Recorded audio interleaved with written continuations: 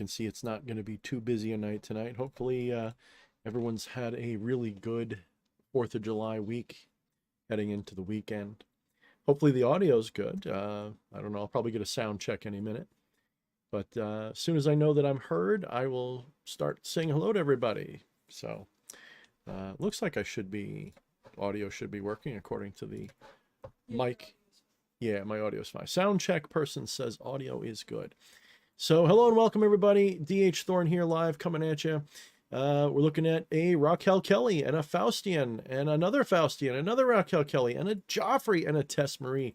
It's not a very busy night tonight, which is probably for the best because I'm planning on keeping it hopefully to the shorter side, but you guys know me. Once I get going, it's hard to stop me once I get going. So we'll see what happens if I start ranting.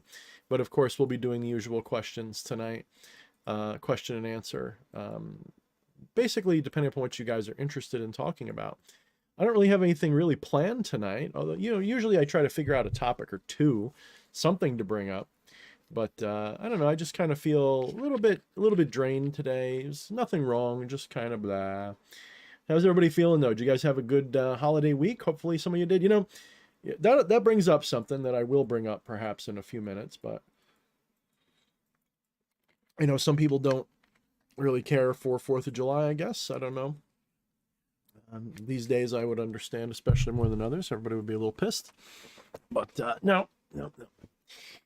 Some poor soul actually wished me a happy 4th of July in private because they were afraid's maybe a strong word, but they were afraid of being harassed by, we'll just say what they are, woke idiots that,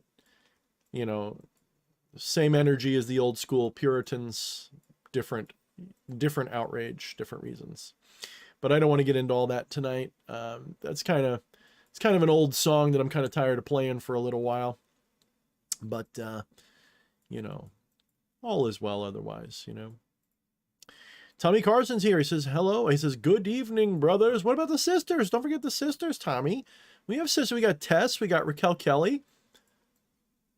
Come on now. Say hello to them women. We love our women. But, yeah, so a little bit low energy tonight. It was mostly just one of those days. Nothing wrong. Just doing a lot of writing today and rewriting, re-editing, all that kind of stuff. The most difficult thing about this new book, well, there's a couple of things. For one thing, I'm sort of sitting in my own shadow. And I don't mean spiritual shadow. I mean more shadow of my past success. I released 3 books, and for quite a while, they were top shelf. Everybody was buying them, making money. Everything was great. Roaring reviews about at least, really all of them. None of them have like a bad rep. They're all doing very well. The sales aren't quite what they used to be, but that's probably to be expected with everything the way it is. But I'm looking at things and going, so much of my philosophy has matured, become more sophisticated. So many things that I think and do have changed. And I feel like, almost like I am, I don't know, some publisher of Dungeons and Dragons books, where every few years I sort of want to reinvent the entire game system and release a new, foundational work. Probably because it could have something to do with ADD. I'm always reinventing myself a little bit. But no, I think it's because so much of my views and understanding have matured and expanded. And so writing changed. When I first got into it, it was easy because I hadn't written anything yet. I didn't know what my writing style was going to be like for this. And I just pounded away at it. And I just decided to pour everything that I knew, not everything, but I decided to pour a great portion of what I knew, a substantial portion of things that I knew would help people. I don't mean like the deep gnosis. I don't mean anything, just the basics. And I wanted to create a book that would help people with the basics and still offer some things for more advanced people. And then my next two books were sort of meant to be books that you could work within that first book with, or you use your own methods, you know?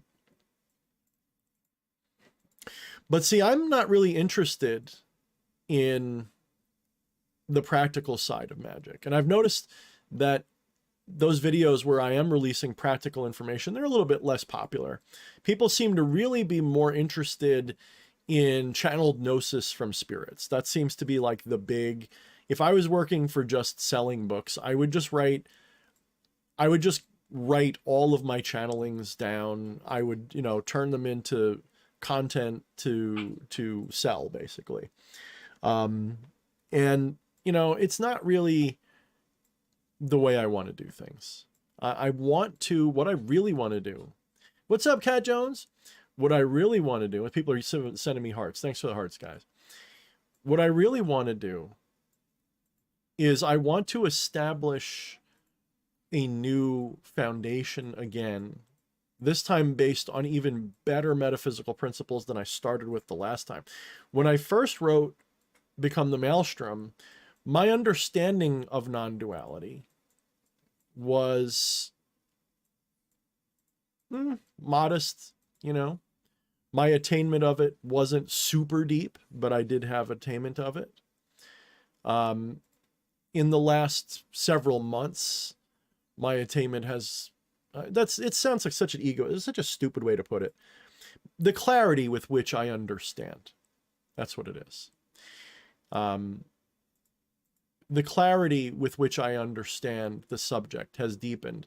My relationship to it is mostly the same, except now my intellectual understanding is reaching much, much greater heights. And I am basically writing this next book, when it ever fucking finishes, is a new foundation for people who are into any form of non-dual mysticism. You have to understand that I consider most of the forms of mysticism, especially the ones underpinning most schools of magic, to fundamentally be some form of non-duality, monism, pantheism. They're all very similar. There's big differences, of course, but they're all very similar.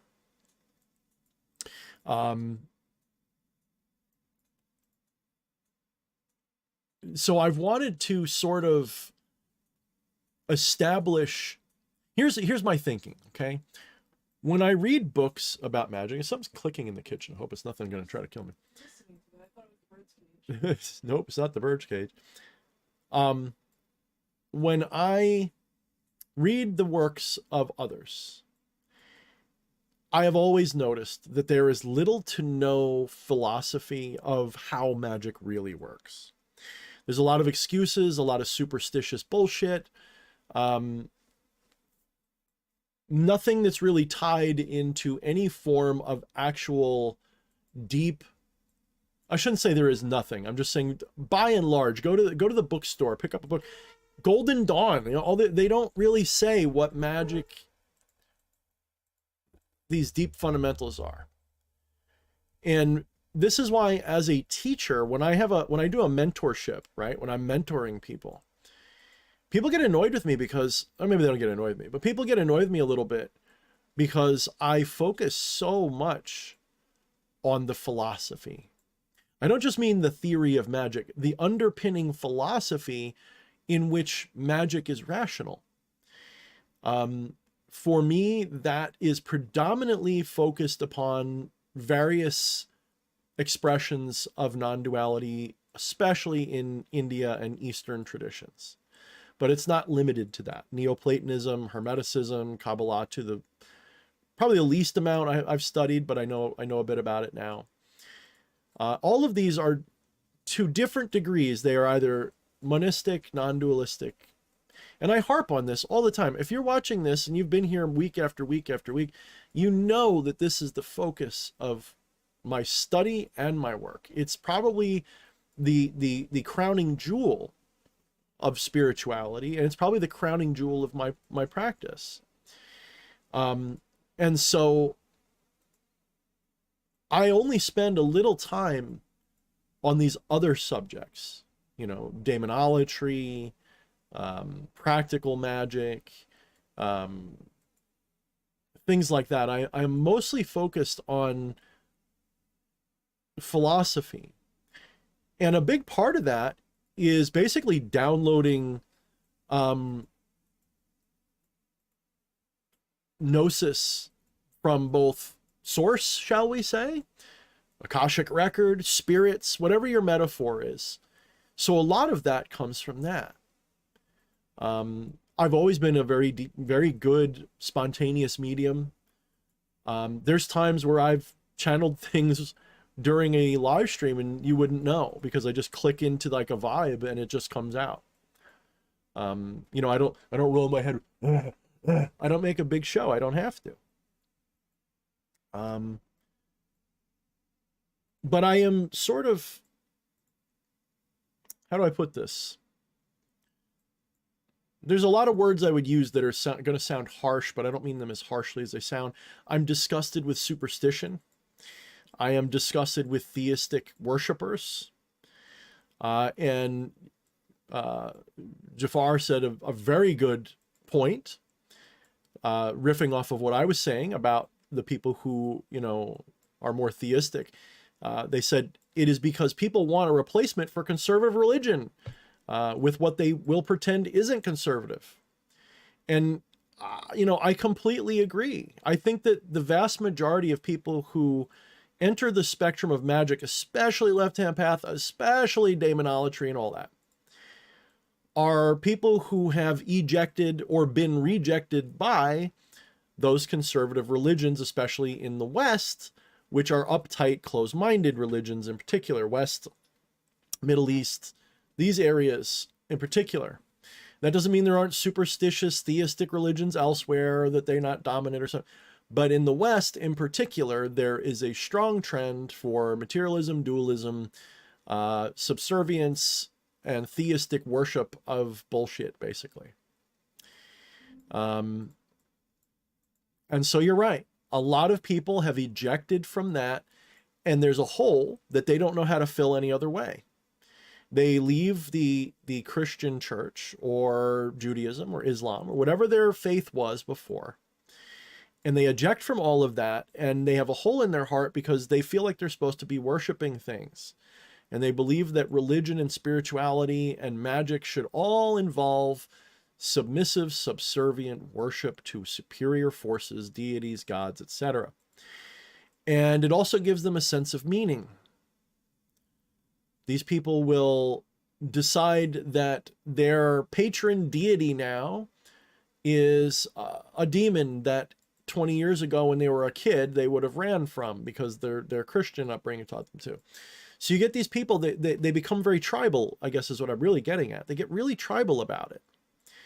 You know, it's not quite as bad, but I do see it. There's a lot of people that try to flex on others by saying that they know a deity better, they know a demon better, and all this other crap. And it's just, for the most part, it's just religious role-playing, guys, for the most part.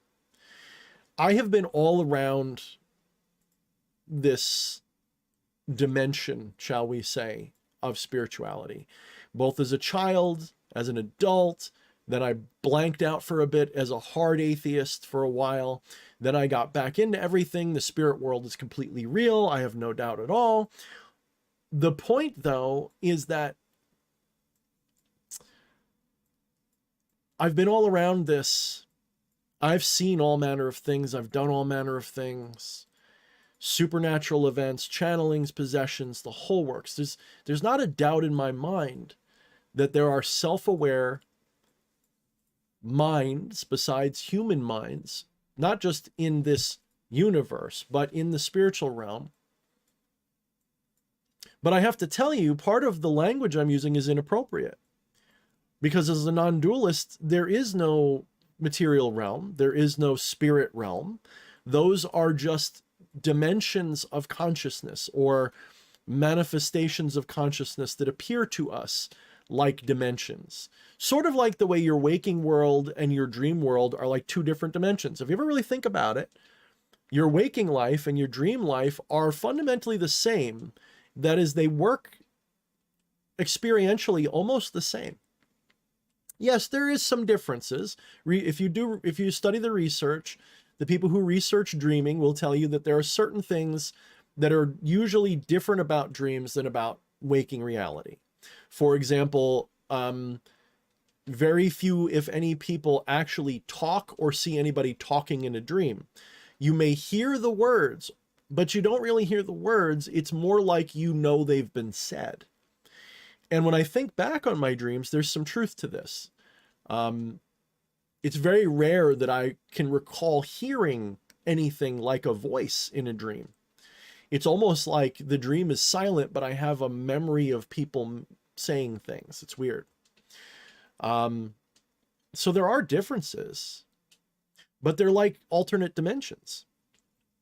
They're like, the spirit realm. The dream world is the spirit world. In many, if not all, shamanic and animistic and ancient traditions, the dream time, the dream world is the spirit world. And your imaginary daydreams are the spirit world. And if you're taking the right substances, you go further than you can in normal daydreams or regular dreams. You have basically a lucid dream through the use of chemonastic techniques, and you can see and hear and feel and explore these spirit realms. And it's true what people say. What you think just appears. Not necessarily what you think, but what you will simply just, boop, there it is. Did I just do the song? Boop, there it is. Boop, there. Anyway, that was really lame. Now,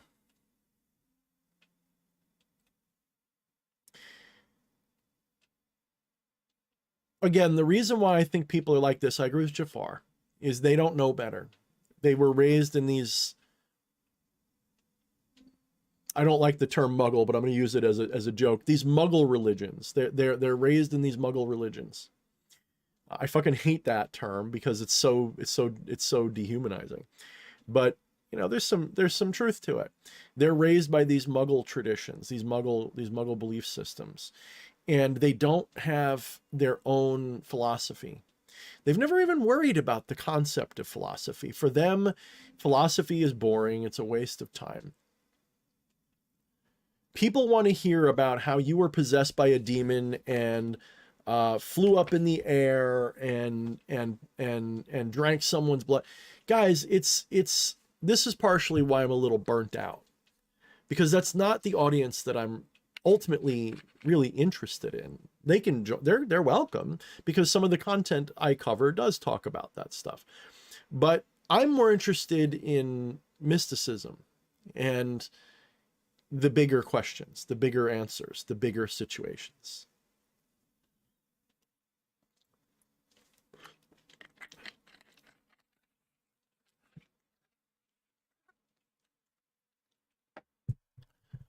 So there's another thread to this that I don't think everybody's aware of. That thread is that the powers that be, they do not want you to know. They want you to have really empty forms of belief. They want you to be either an atheist or to study New Age quack magic. That's not to say everything you see in the New Age circuit is bad or wrong, but they want you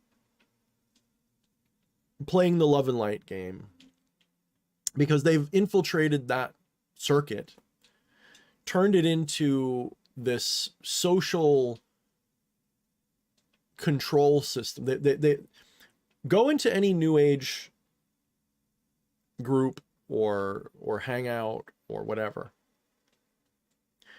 and you will find that the vast majority of them are what a lot of people would call woke, to different degrees.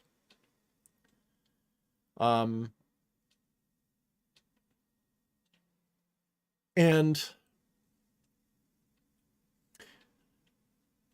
you can tell that they have been infiltrated by socio-political agendas, not something that is really deep or mystical or true. They substitute superstitious things. You have a headache, rub this crystal, you know, stuff like that.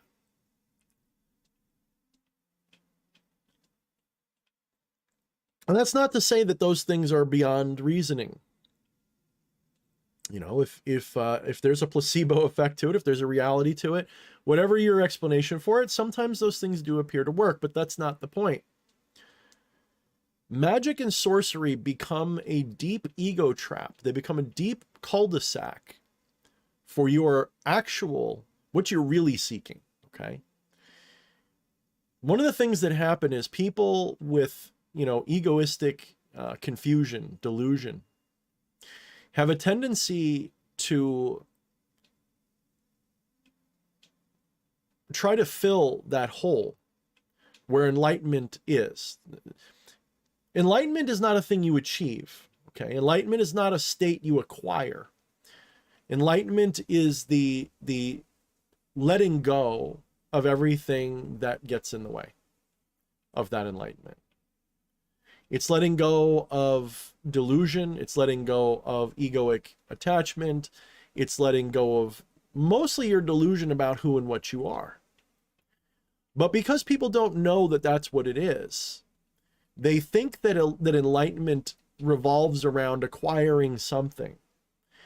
It's a very, to put it another way, I'm talking about how much of the spiritual side of the world right now is deeply materialistic rather than mystical or spiritual. They're very deeply indoctrinated into a materialistic worldview.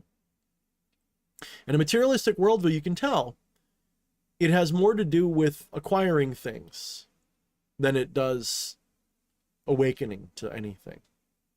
People are more interested in acquiring experiences, for example. So when I say acquiring, I don't necessarily mean just material products, goods, or whatever. I also mean materialistic experiences. They are into magic and these things because what they're trying to do is they want to experience Hollywood special effects in real life. They want the experience of a demon coming out of a hole in the floor with fire and brimstone. They want the experience of light as a feather, stiff as a board, where they float around. They want these kinds of things, not that I blame them. And I'm not even saying that those experiences are completely off the table.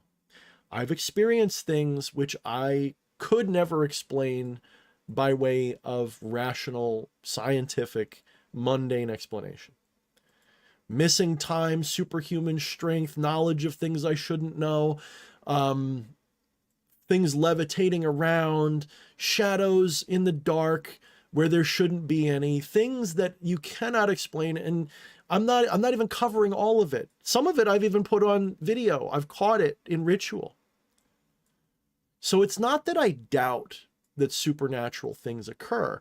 It's that if you make your practice about those kind of shallow, superficial, materialistic purposes, treating magic like a vending machine or something that grants wishes, or as if it is just a practical tool to accomplish goals, that is, while I don't want to shit on it entirely, but that is not the real purpose or point. Every time that you do a spell or a command that's not even a spell, it's going to be this way. Every time one of these things happens and you get a result, so to speak, that is in line with your intention, that is an opportunity. So is why I prefer to say that magic works through synchronicity, not supernatural bending of time and space. Every time you have a successful manifestation of your intention and will, that is a chance for you to collapse the gap between your dualistic ego and your non-dual self. That is a chance for you to realize your true divine nature. Because the only way the only way those things can rationally be real is if you are God incarnate. I don't mean Yahweh God or Zeus God. I mean consciousness. Consciousness is God. Consciousness is God. What you call consciousness is God. How many of you, show of hands, are in touch with consciousness? You're all conscious, right? You all have consciousness. Do you realize what a marvel consciousness is? What a mystery it is?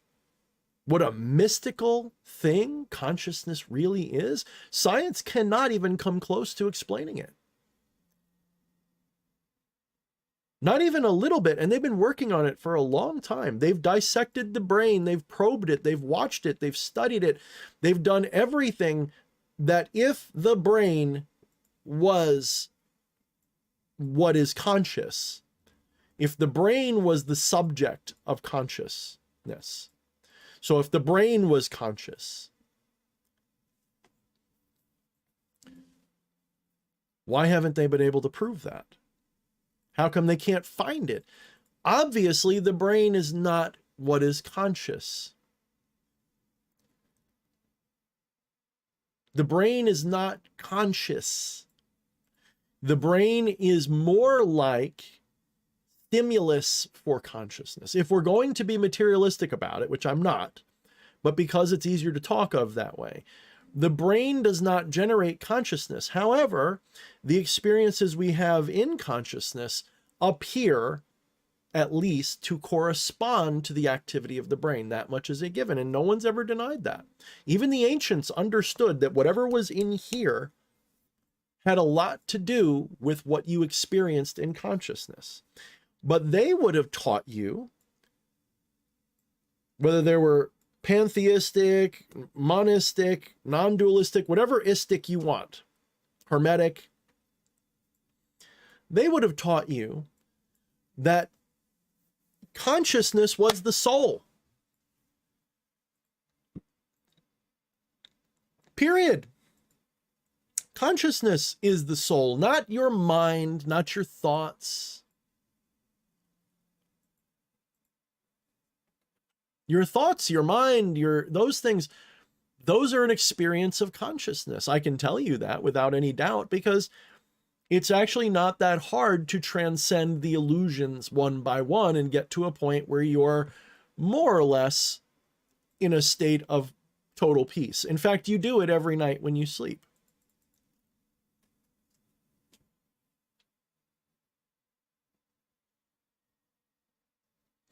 So what you guys don't maybe know or realize is that if you went back in time far enough, the materialistic worldview was not the view held by the average person of any education. And the average person, like a farmer or something, didn't think that much about it. They just did their livelihood. Those people who understood these things at all were not materialists. Not really. Not in the sense that modern materialists are. They may have had material understanding. They may have called it the material world, but when they called it the material world, they did not mean that the material world was primary or fundamental. The material world is always a shadow of something else.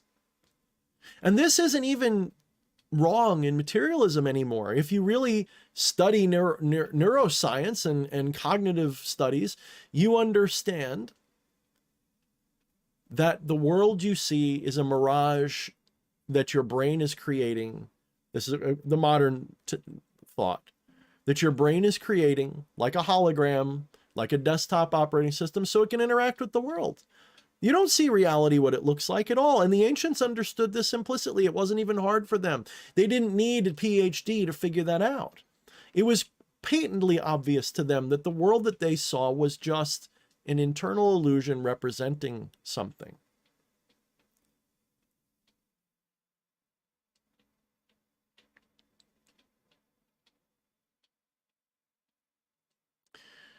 What's up, Jay Sauber? Thank you for the $4.99, brother. I appreciate you as always. Thank you so much. Jay Sauber has always been a very kind generous person, and I appreciate him so much. Thank you, Jay. So I think what I'm going to do, I'm kind of flagging. I don't have a lot on my mind, except I just kind of want to like zone out tonight. So if you guys have questions or comments you want me to riff on, that would be a good idea to like start typing them up. I prefer you put them in all caps, super chats, or tag me if you really want me to see it and respond. So I'm going to go back up and scroll through and see what people are saying, because I haven't really been looking. People are saying hi to each other. You guys are all so nice. Let's see. People talk about the OTO. I got nothing to say about the OTO, but if it's true what you're saying about them, oh, you have to be vaxxed to come in, you know, whatever. It really sucks that you can tell somebody's political party by how they feel about vaccination now, or masks or anything. It's so, guys, I'm so over it. Things are about to unravel over the next 1 to 3 years in ways that most of you, even those of you who are aware, probably are not ready for. And you probably, guys, I almost guarantee, I'm putting this on a very high probability list. Everybody, especially if you're in America, you're going to experience the emergency broadcast system at least once between now and 2025. Almost, maybe a little bit longer, but almost between now and 26, without a doubt, probably between now and 25. You're going to experience the emergency broadcast system, and there's going to be talk about nuclear weapons flying around or something. I am not exaggerating. I will actually be more shocked if that doesn't happen right now, because it's all scripted to go this way, and it's not hard to learn that. So we just have to, those of us who have an awareness of what's going on that is better than average, doesn't mean we have all the knowledge. I don't know specifics. I've always been general when it comes to predictions and prophecy, and it's always been symbolic. And I've always been right.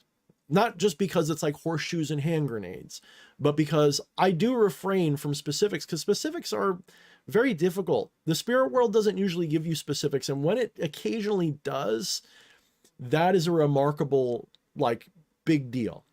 Usually it's general, it's contextual.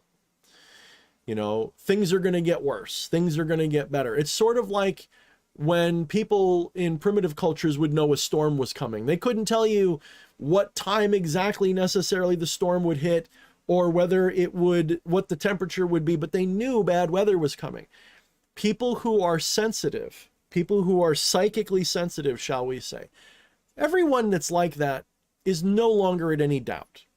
They have a pretty good idea of what's coming and what the turning's going to be, how the pendulum's going to swing. I can see it already. It's already a done deal. So many things are already settled. We're just playing out the hand that has been dealt to everybody. You know, it's one of those things where it's like the two sides of this conflict, they already know who's going to win. Right now, they're settling the score. They're trying to see if they can tweak it a little bit in their way. It's kind of like if you get a parking ticket, you know you've done wrong. Well, some people like to go fight the parking ticket anyway because there's a chance they'll win. So that's what's happening right now. There is a side that is absolutely BTFO'd. They are not going to make it through. They're not going to maintain power much longer. They know it. We know it. Everybody knows it. But they still hold the reins, and they still want to play the cards out. And a lot of you guys, I am mostly predicting that a lot of us are going to be very strongly vindicated in the next couple of years. And I've actually told people, I've told people, I said, do me a favor, because a part of me is so wounded by the trauma of losing friends over some of these things. I'm not afraid to tell you, I've lost friends over this. I can only stand being, accused of being a racist or something so many times when I'm not. So I've lost friends. I've had death threats because of what I think politically. More than I have gotten for being a spiritual person about what I talk about. That worm is turning right now. It's not gonna stay this way much longer. And we've all just kind of got to hang in there. So let's jump that topic, because I don't really want to hang on that too much. Jockster asks, would you consider making a new channel and upload philosophy without the magical references? No, I don't think I would. If I make another channel, it would be like on Rumble. Part of me does want to rebrand soon, but I don't need to necessarily start over with a new channel to do that. I'd rather keep my existing audience, even though I have a little inside baseball for you. If you got 7,000 subscribers, you only have maybe 300 viewers tops. You don't have that many regular viewers. You know what I mean? Like, it might even be less than that. You might only have like 100, 150 regular viewers.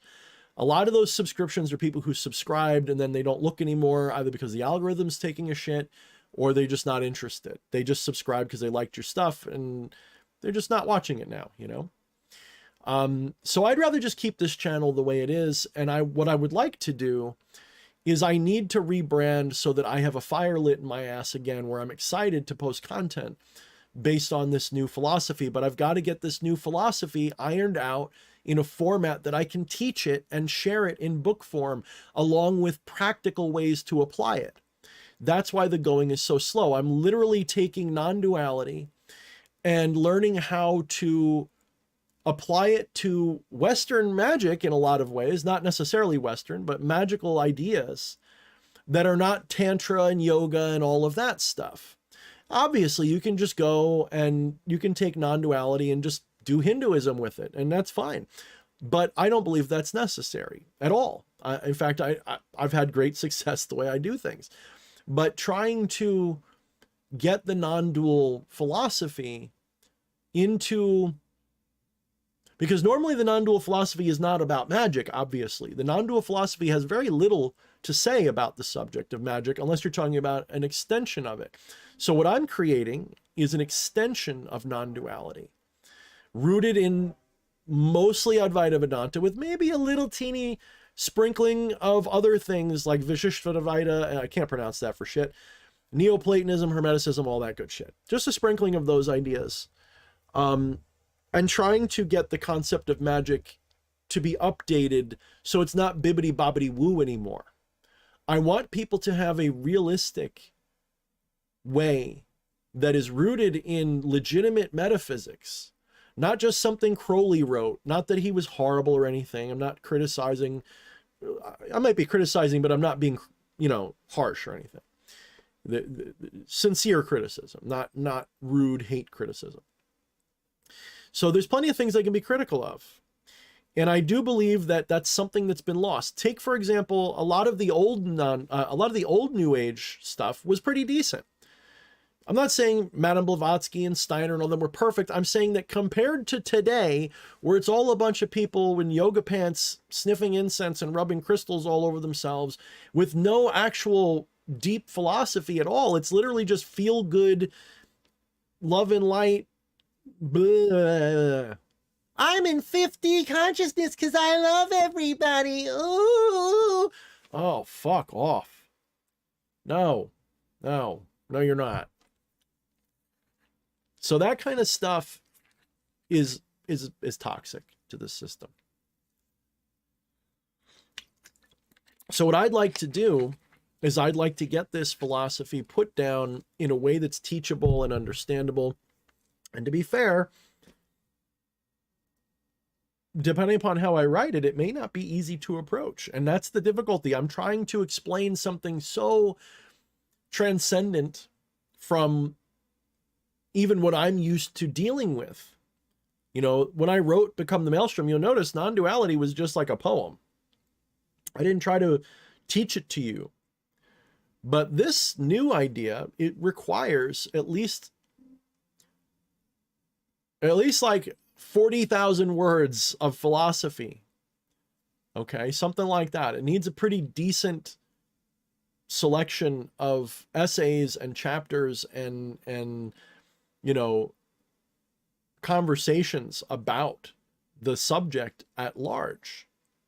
Then there has to be all the practices and methods, and then there has to be an example of a path working. You'll notice I like that pattern. I like to give, here's your philosophy and theory, here are the techniques, and here's how you apply them. That's how I like to do these things. So it's a lot of work, especially now, because Become the Maelstrom was literally just a couple of shorter essays about some things, and I focused a lot about the nitty-gritty of the methodology. a lot of the methodology section of that book still is fairly valid. You know, it's not like it's all been replaced. So that's why I wouldn't really want to start a new channel, because a lot of the old stuff is still valid. It's just not necessarily what I'm focused on. Even my left-hand path interpretation has changed. When I first got into doing this stuff, I was leaning really, really, really strongly into that left-hand sinister side of things. The purpose of that was to reintegrate the dark side that I had cast out. You know, I tried to conform. I tried to be one of the people who's, you know, whatever, like everybody else. And then I realized I was being a submissive moron, and that I knew things that other people don't. And I needed to stop, you know, treating myself like I was unworthy of having strong opinions or something. And so I leaned into that left-hand path, and it was a source of fire early on, because it was like a reinvigoration of some very important things to me. And I illuminated that shadow again. And in so doing, I managed to integrate a large portion of that shadow that was causing me to be leaning into like a more, not sinister from a positive perspective, sinister as a, like, fuck all y'all, I'm going to curse the world, fuck all y'all. So as I integrated, I'm now a more balanced person. I have synthesis in so many parts of my shadow that I'm no longer sitting here with that mentality. If anything, I have become more down to earth and compassionate in general, sincerely compassionate in general. It doesn't mean I don't get annoyed or pissed off at people, but it means that my inner view is no longer, I want to destroy everybody or everything. I'm not necessarily misanthropic anymore. And then I realized the left-hand path doesn't have to be that way. The left-hand path doesn't mean what most people think it means. Yes, there's no one like official, this is what it is. But all of the versions, and I'm speaking a little opinionated here, but I think I can be backed up just by argument alone. Most of the other forms of left-hand path are irrational outpourings of egoic delusion. People want to cut themselves off from God, be anti-cosmic, start another creation as themselves as God. The only reason they think that way is because they don't realize consciousness is God. You are God right now. To separate from that would be like cutting your body in half and becoming one half of it. You're not separate from that. You are that. You've just forgotten it. At worst, you've forgotten it. You're not separated from God. You are. Consciousness is it. Period. So that anti-cosmic scene, all right, it's cool for a LARP or two. Most people grow out of that as a phase, and the handful that don't, I don't know, watch out for burning kittens on barbecues, I guess. Then you have the atheistic left-hand path, that's actually more valid in my opinion than a lot of them, because it's like, you know, screw your religion, screw your systems of control. Look, I'm all for that. I think that's a good attitude to have. That's a left-hand attitude. It really is. But it's missing a spiritual element. You know, it becomes basically just materialism with a coat of spiritual paint on it. So that's not really left-hand path. People think the left-hand path means evil or being a schmuck to people and being an edgelord or something. I'm not an edgelord because I'm on some left-hand path. I'm a poser. I've been a goth heavy metal outcast my entire life, almost.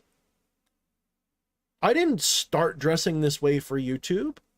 I didn't start liking this aesthetic to be a left-hand Satanist looking guy. This has always been what I prefer. The only thing that comes close or equals it is sort of that neutral Jedi look, like that, like wanderer in a desert type of look, you know? That's the only other thing that really, like, and being goth is more socially acceptable than me walking around in brown or black or other color robes all the time. If I could get away with it, you can ask my wife, I'd wear a robe all the time. I don't even do it around the house because I just don't have any good ones for that purpose. But I would wear like linen robes all the time, you know. That's not a LARP joke. It's just, that's how I would be.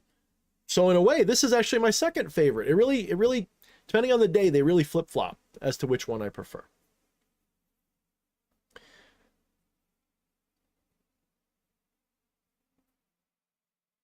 So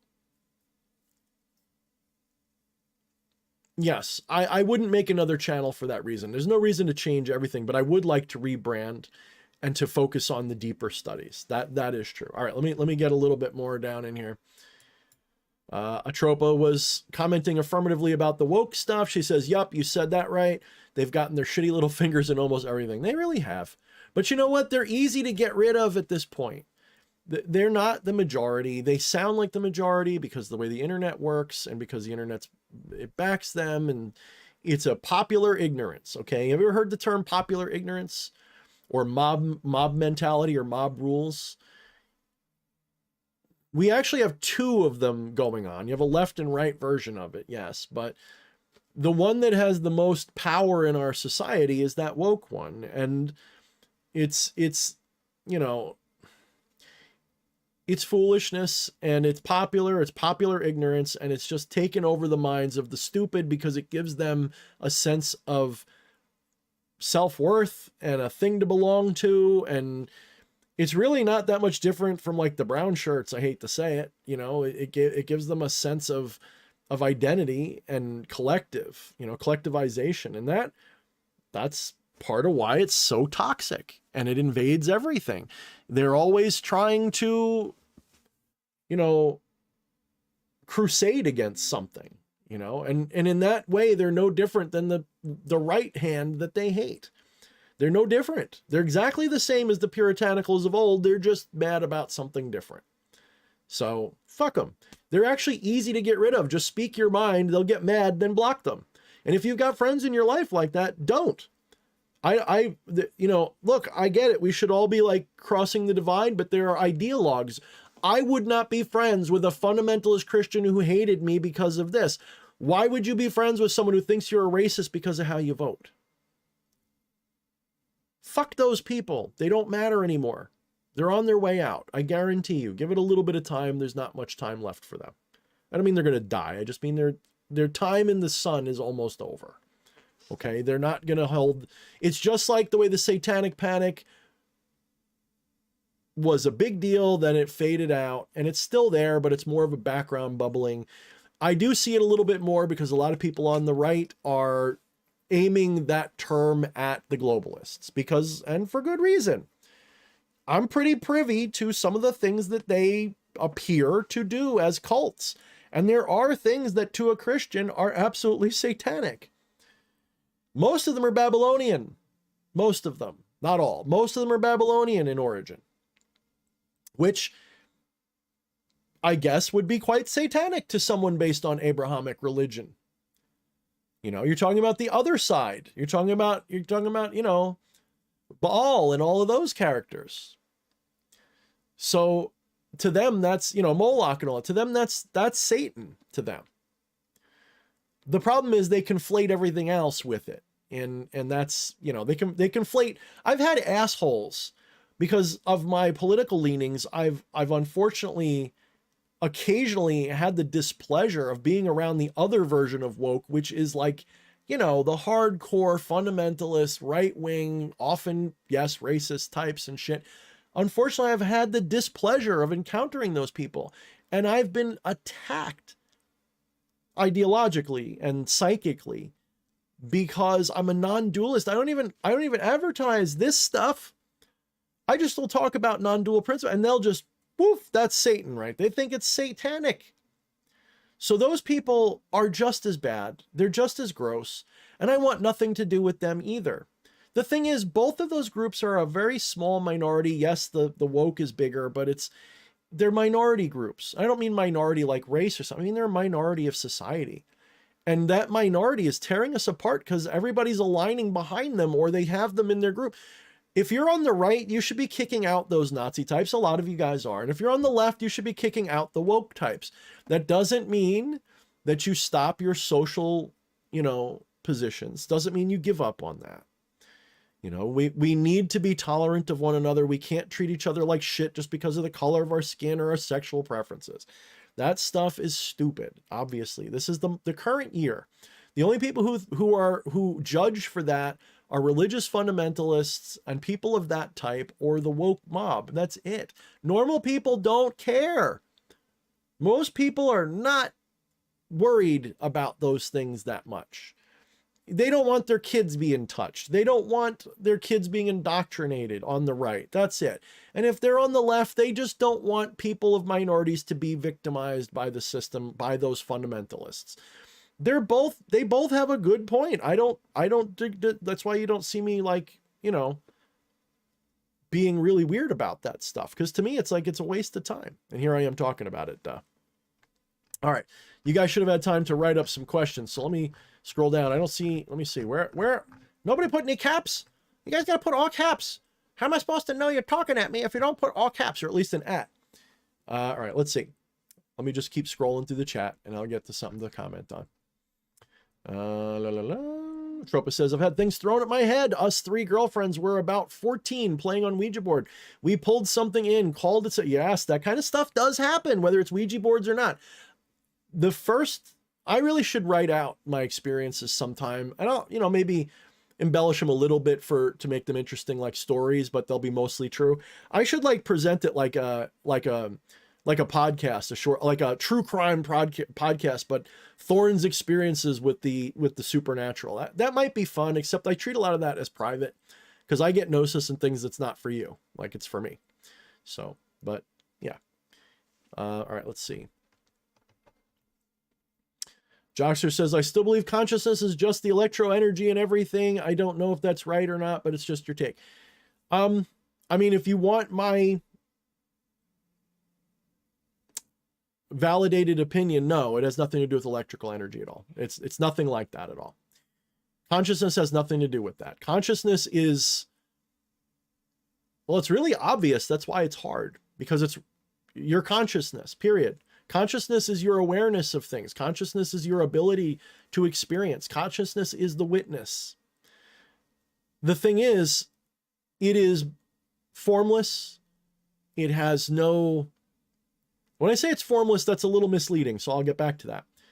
It is formless. It is emptiness. It has no shape. It has no smell. It has no movement.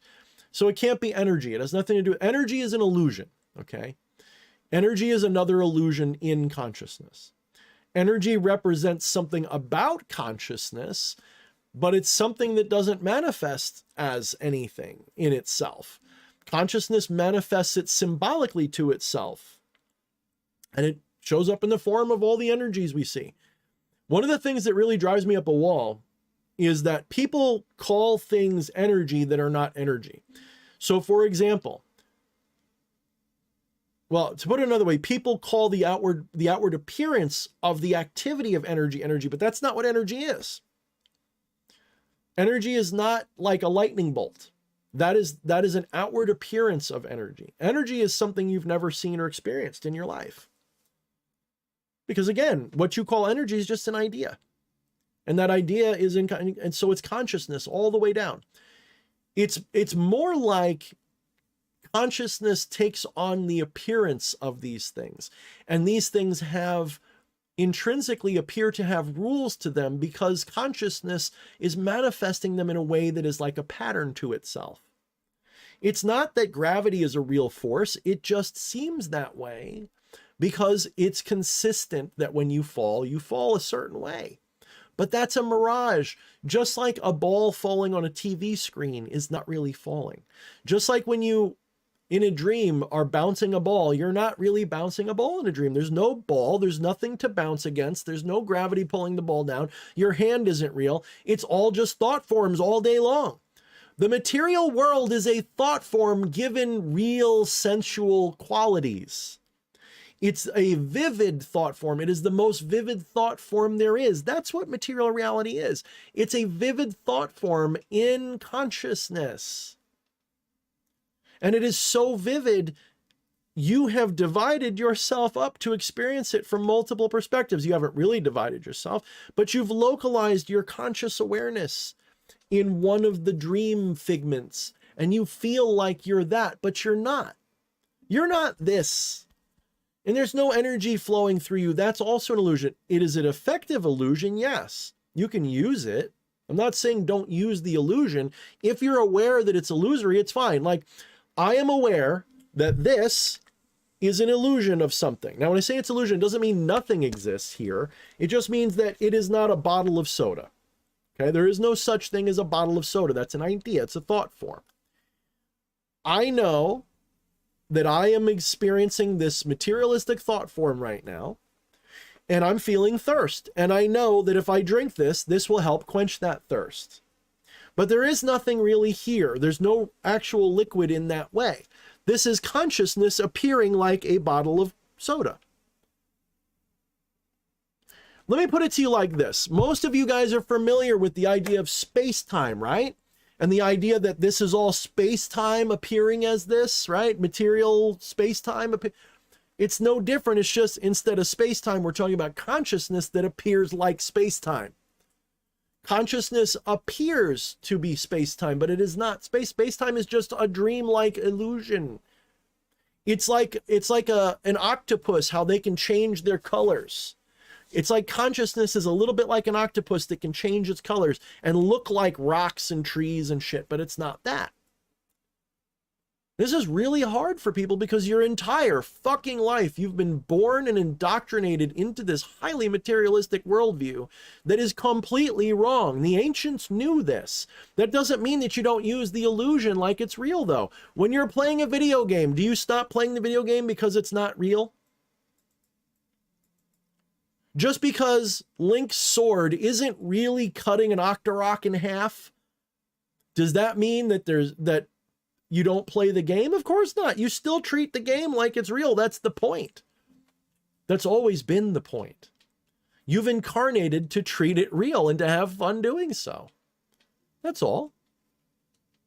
And when you realize that, enlightenment follows because you're no longer struggling with the dream. It's like when you wake up in a scary dream, realize it's a dream, then you're not scared anymore, and then you just kind of laugh when the monster chases you, and then you wake up. Done. It's really that simple. All right, I'm ranting. Let me go down here a little bit more.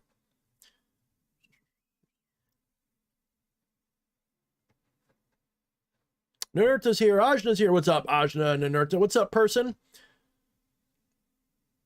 Good to see you guys. Jasonius Arcanum, what's up?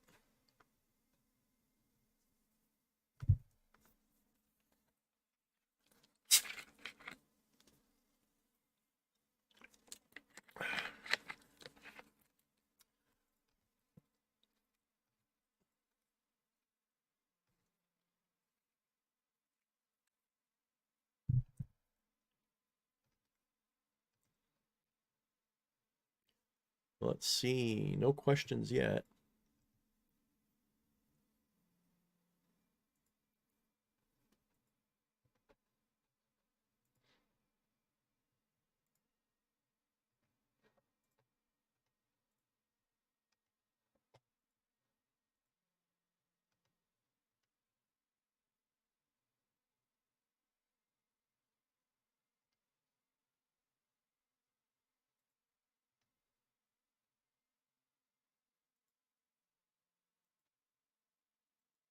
Ajna makes a point about hatred. I'm not sure who he's responding to, but I like this point.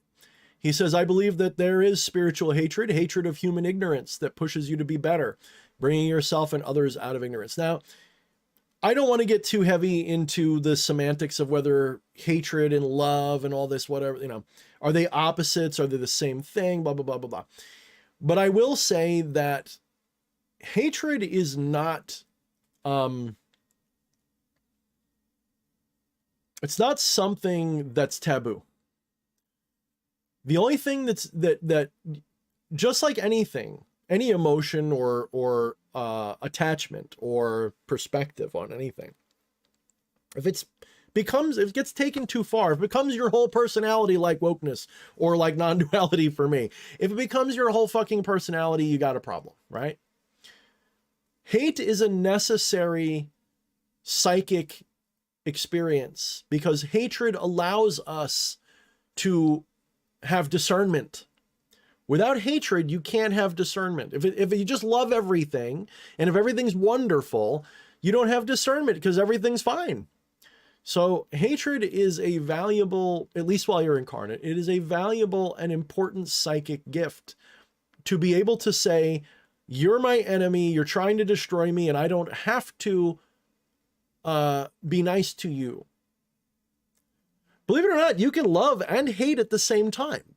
How many of you guys have dysfunctional families where you love the people, but you also hate their fucking guts? Raise your hands in the comment if you've got dysfunctional family that you love, you do love them, but you hate their guts, right? Raise your hand like this. Raise your hand in the chat. I think everybody has a situation like that somewhere in their life. So hate is not the opposite of love.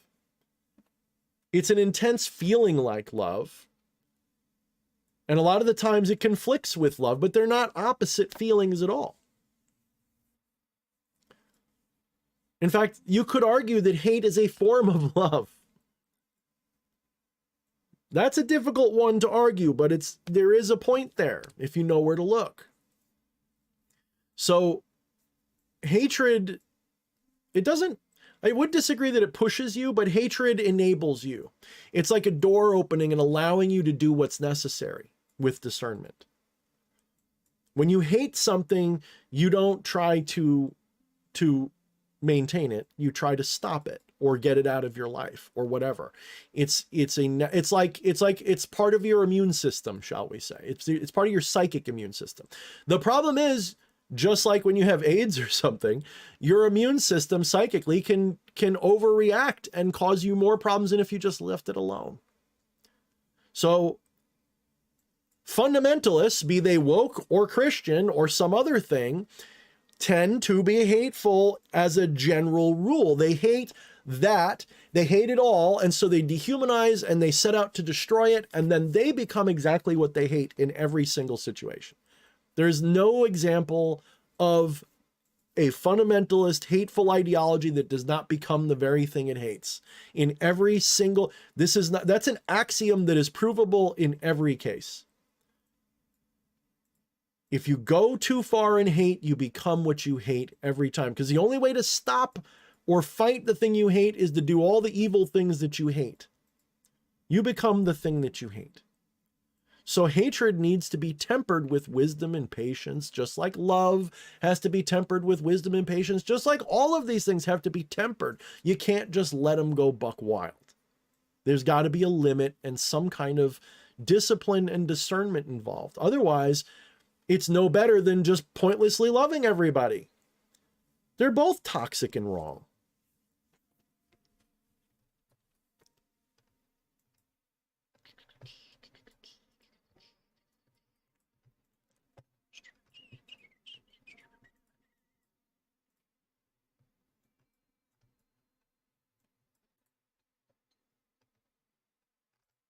Oop. The chat just shifted all the way quick. I lost my place.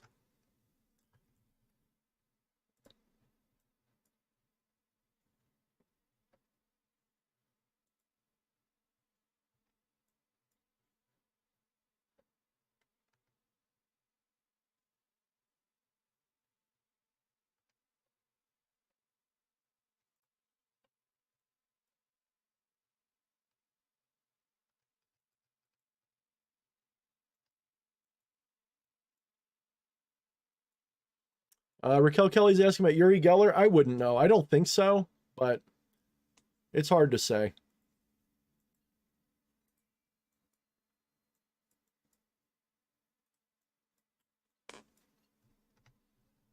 I never really got into a lot of that stuff.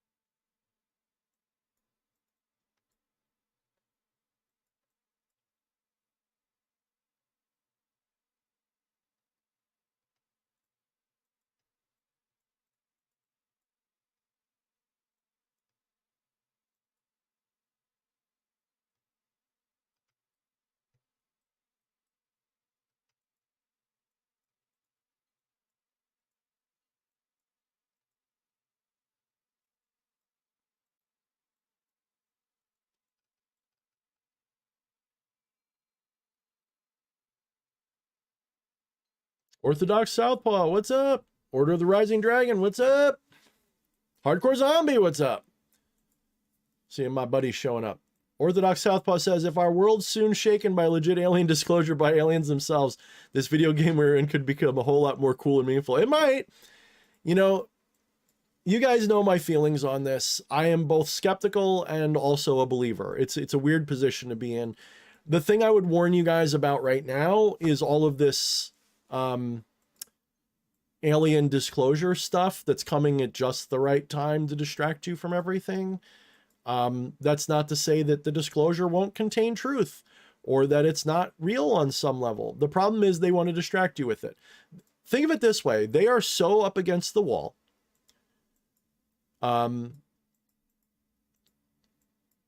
They are so up against the wall and being exposed that ultimately they're willing to even reveal that than get caught and taken out. They would rather go through with what used to be called Project Bluebeam. Of course, it's not that anymore, but once upon a time it was called that. And they were going to do like holograms in the sky and all kinds of shit.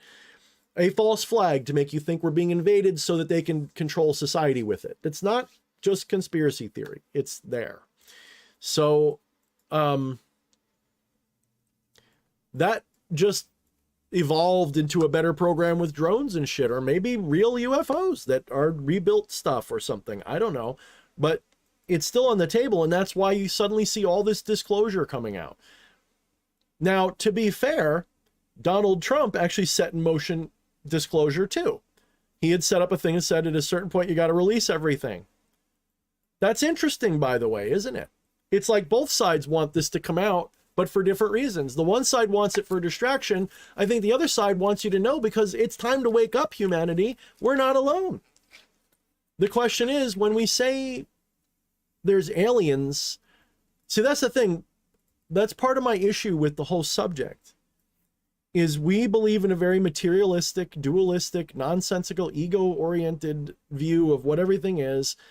And so we believe ET is like Star Wars or Little Gray Men from Mars or something like that. For all you know, those aliens have always been here. They evolved here. They lived alongside us. They uplifted us. And then they left because of the cataclysm 12,000 years ago during the Younger Dryas.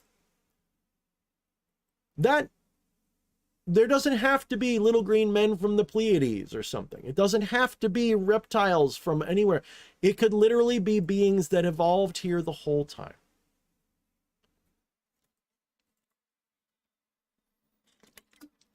I'm not saying it can't be things from other planets, but the other thing is, I don't know how often I have to repeat this to you guys, but you don't see reality as it looks. You don't see reality as it is. I know this because I've gone far off the fucking edge of what it looks like. You don't see reality. You see your mind's recreation of whatever reality is. And reality is consciousness, period. Period. Consciousness can appear as anything. That's why people can have experiences of reality as if they can shoot lightning bolts out of their hand and believe that that's the truth. And people can... This is why there are so many different ways it can be interpreted that work for people. Because you don't see reality. You're seeing an overlay, a desktop overlay. You're seeing an iconographic simulacrum. You're not seeing reality. So when you're seeing another distant planet in the universe, there's no fucking universe, guys. It just looks like a universe. There's no actual distance between you and anything. You are everywhere. But you're localized in your mind in this place and now.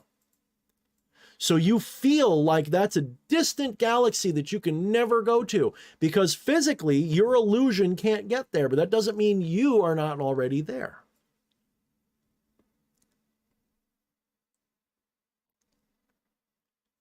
So ultimately,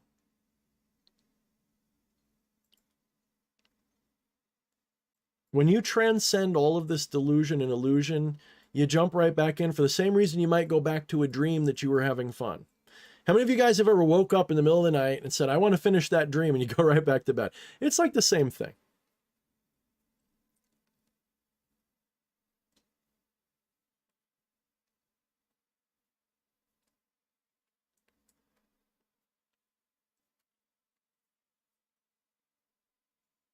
No, Z, these are, I haven't gotten a new tat in a while. I don't know. I'm tempted to expand on this one because this was my first one and I just kind of went with like a saying from Dune that I liked and I wanted to dress it up. I never did it because to me, tattoos are fun, but at some point I just kind of go, eh.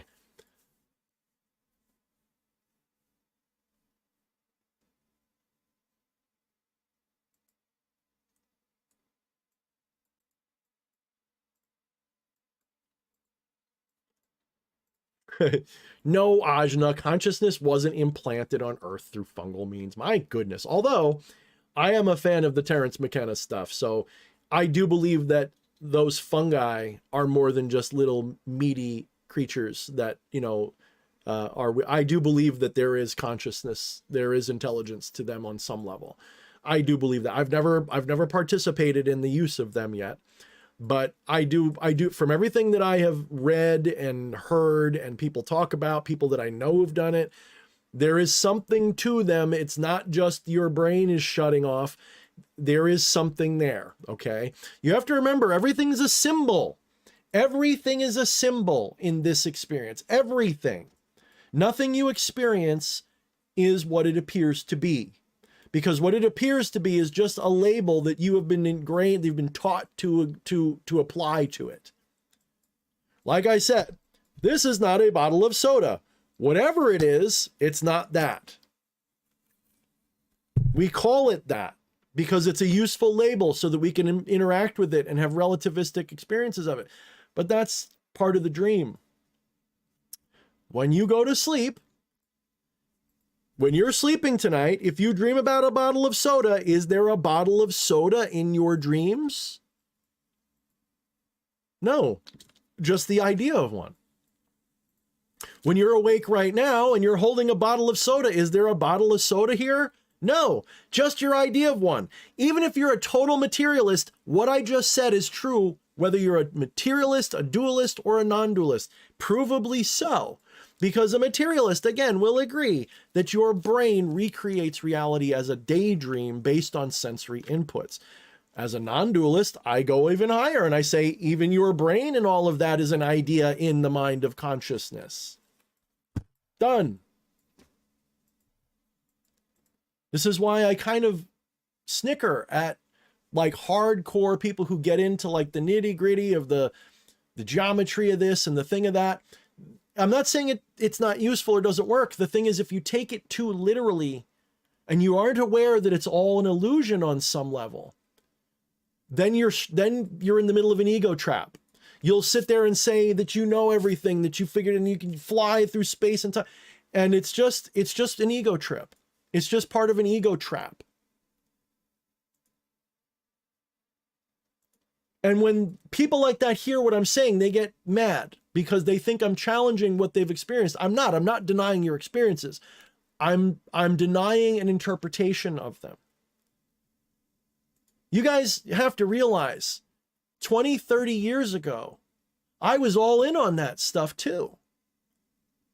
Why did I change? Did I change because I didn't know better? No, I changed because I saw through that stuff. All of it's illusory on some level. All of it is. That doesn't mean that it doesn't work. It just means it's illusory, like a video game. Video games work, right? If you press A, Link will swing his sword and the monster will die. But did Link actually hit the monster with his sword? No, that's just what it looked like. Inside the machine, the code went brrr, and it spit out the appearance of that. In a similar sense, when you're going through life and you're interacting with your environment, all that's really happening is something. Look, I'm not going to compare it to a computer simulation in the literal sense, but as an analogy, consciousness doesn't change, it doesn't move, but its awareness of itself changes. Like focusing on something and then looking away from something. So you can have an experience of movement without actually moving, just by moving your eyes a certain way. It can look like the world's moving. In a similar sense, consciousness shifts its awareness, shifts the focus, the locus of awareness within itself. In the similar way that you will recollect a memory, you localize your mind in that memory. Consciousness localizes on this, and it manifests as this, but that's not what it is.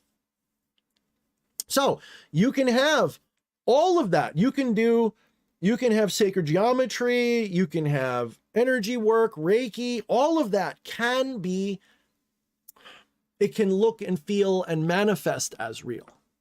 And it can appear to work, and you can interact with it like it works, and it will be perhaps for you very reliable, and for someone else not reliable at all. If magic was a mechanical system where all you had to do was follow the instructions, it would work, everybody would be doing it. You wouldn't have anybody doubting it. It would be just like any other piece of technology. But it's not like that. Why? Because it's not the thing you're doing. That's illusory. That's a representation. And if you are not psychically resonant with it, I don't mean believe, I mean something deeper than belief. If you're not psychically resonant, if your soul is not attuned to it as a possibility, it will not manifest as something real. And then there's a lot of head games people play where they will accept something as real because they've fooled themselves by desire. They want to feel special. They want to feel right. They want to believe that they're a super powerful magus from beyond the planet Naboo or whatever. And so they will work this fantasy up in their head. Why do you think I know that? Because I've done that, and I turned away from it at the last minute before I went off a fucking cliff. This is why I am so like, fuck you, you dummies, when it comes to some of this stuff, because I was there. Read Shadownomicon. I had a cult going. I believed in certain things in a literal way, and it fucked me up. I went into that ego trap with both feet, and my whole body went right down to the bottom. To get out of it, I had to pretend none of it was real to the point where I believed it wasn't real. I became a hardcore atheist. I learned how to debunk all of this. Why do you think I'm better at it? Because I know why it can be debunked. I know how to debunk it. I know how to test it. When I have an experience, you think I sit there and just go, well, this must have been... No, I will sit there and literally be like, well... In fact, one of the first things I had to do getting back into magic was get over that, because I would have an experience, a supernatural kind of experience, and I'd be like, oh, it wasn't supernatural, it was just the wind. And then I'd be like, wait a minute. But it happened exactly when I asked for the sign. So maybe it was just the wind, but the wind was a symbol. The wind is not real, remember? None of this is all Maya, this is all illusion. There is no wind. The wind is not a thing that happened. So I had to transcend all of that. There's so much stuff that has to be transcended. And there's a million ways you can do it. You can use alchemy, you can use non-dual teaching, you can use hermeticism, you can use all these things. All of these things have the potential to work if they're done from the right perspective. The problem is most Western traditions have lost the foundation. It's just a bunch of cookbooks and symbols that most people don't know what they were really thought of in ancient times. What was the thing I saw? Somebody found an ancient Greek Pythagorean geometric thing, and they used it for fucking, they ended up using it as a knitting tool, you know what I mean? So people, I think my wife sent me the meme. People completely, especially in the Western tradition, they take the symbolism too literally and they get into trouble. And it becomes an ego trap, and it's very hard to come out because some of it will be validating. Trust me, I've validated it. I've been there. I've sat there, done the ritual, snapped my fingers, and shit's happened, and I can't explain it, so it must be true. But that doesn't mean it's not an illusion. It just means that the illusion works like a video game.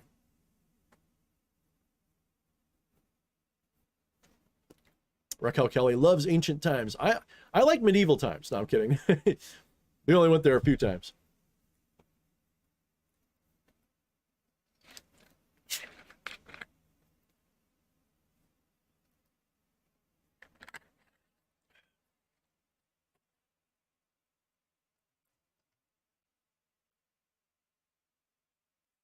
You know, I'm taking on 2 new mentorees over the next couple of weeks.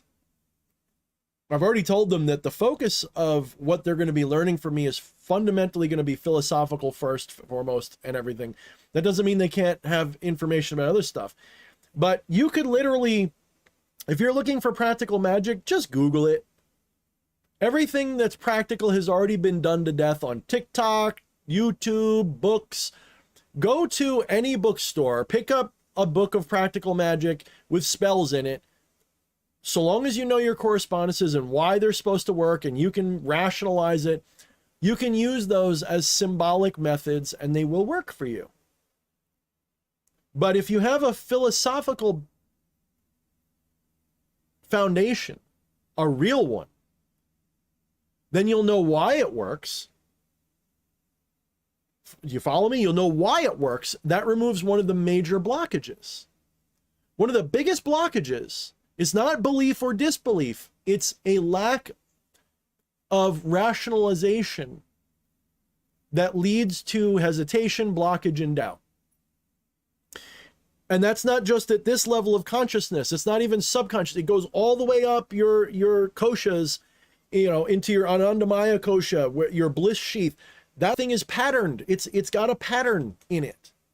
And if it doesn't resonate with that pattern, you're not going to work in it. It's a little bit like what I think Jasonius is talking about with decoding and all that. Understanding your attachments or your resonance to a certain way reality appears. It's not something in here. It's something way back, way back. Something before your brain clicks at all. Before you even register the thought, there's something way back before that shaping all that.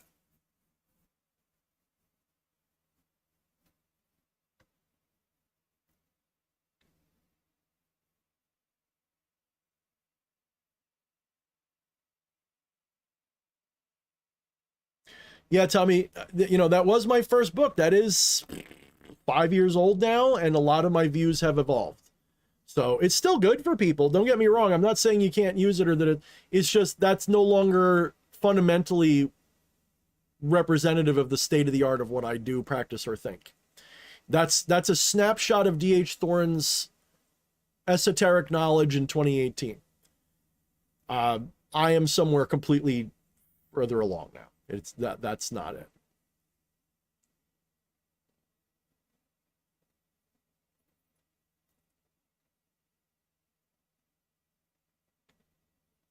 So I think I'm going to be winding down soon because I did say I didn't want to do I'm not really up for a super long stream tonight. I'm kind of tired, as you can probably hear. But I'd like to respond if you guys have any more questions or comments. There hasn't been a lot. You guys have been mostly talking to each other. So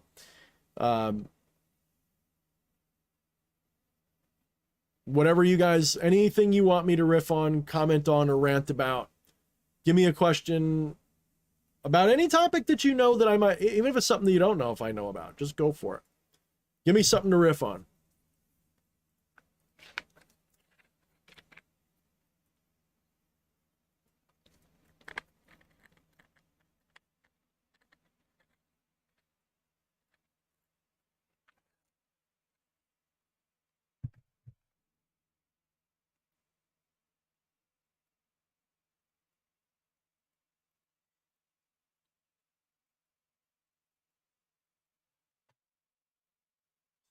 Silence.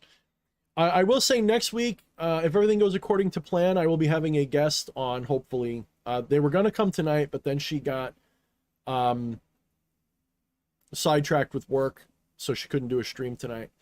But she said she's going to come on next week. She's a nice woman from Iron Garden.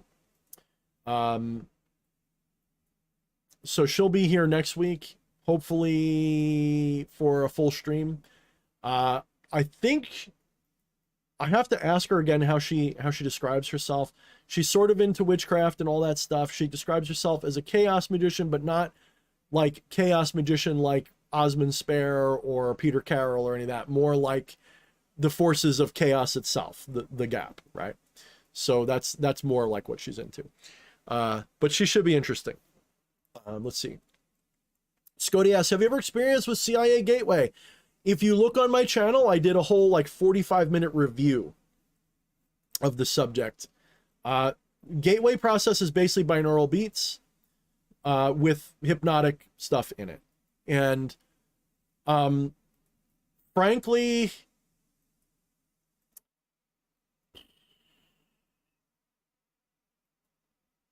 how do I say this? It is a valid approach. I think it's a valid approach. Do I think that it is the best approach, or that it is, like people were saying, oh, the CIA admits something about, stuff.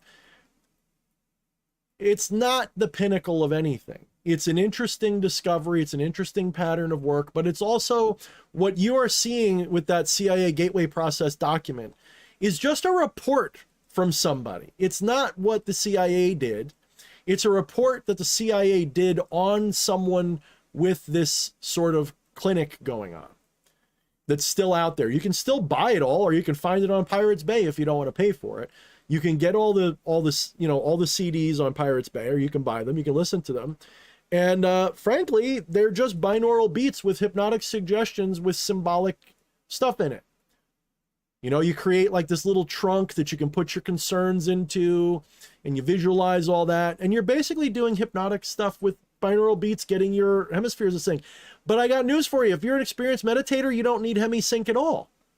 If you're an experienced meditator, left and right,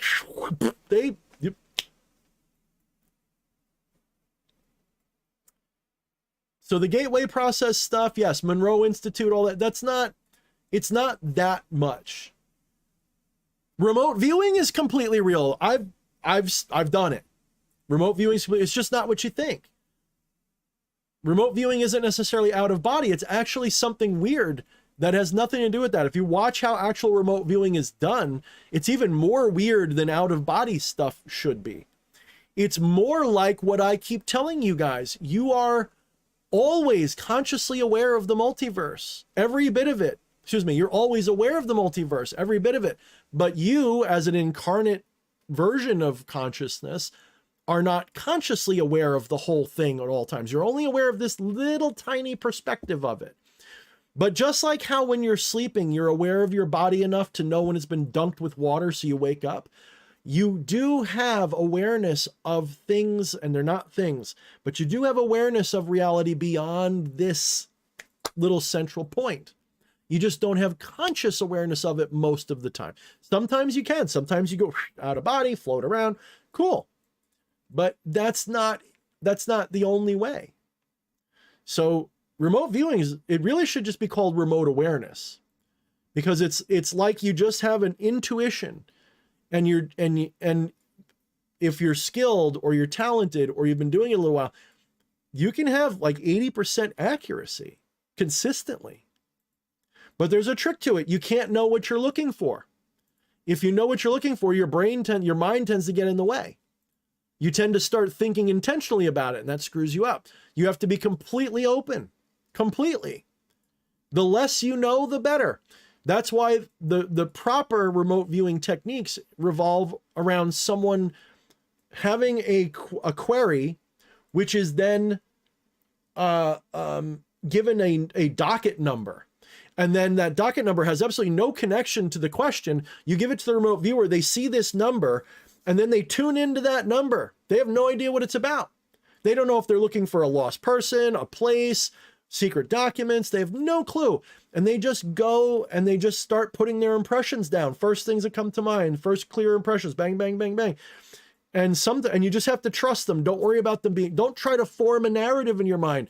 Don't be like, I see a tower and no, just your first thoughts, words, pictures. Don't even worry. They're symbolic. They're always symbolic. And you generally don't get to see the target. Someone else who knows the target will then take your remote viewing data, compare it to the target. And if it's a good match, then they know that your stuff will help them find or do whatever it is they're trying to do. And the more sophisticated you get, the more accurate it gets, the more there's more to it than that. You can go all the way off to crazy places. People remote view the future, remote view all kinds of stuff.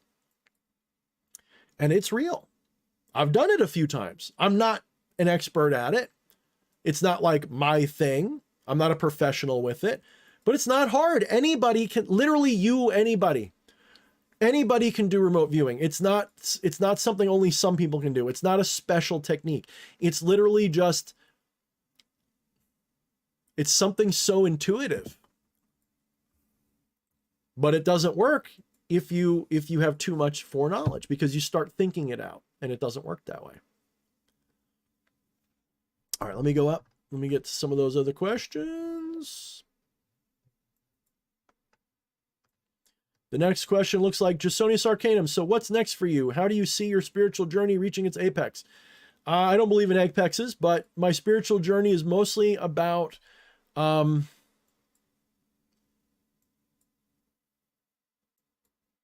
you know, it's not even a journey. It's not even a journey.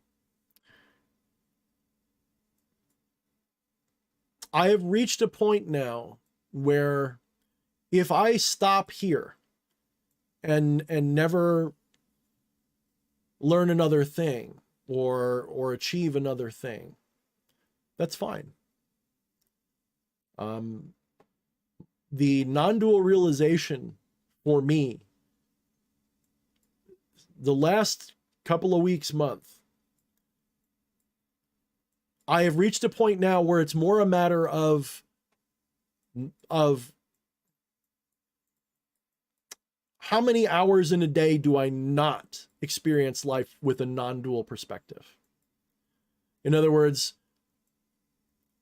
I am intimately mindful and aware that consciousness is fundamental, space-time is not. I am not witnessing space-time with consciousness.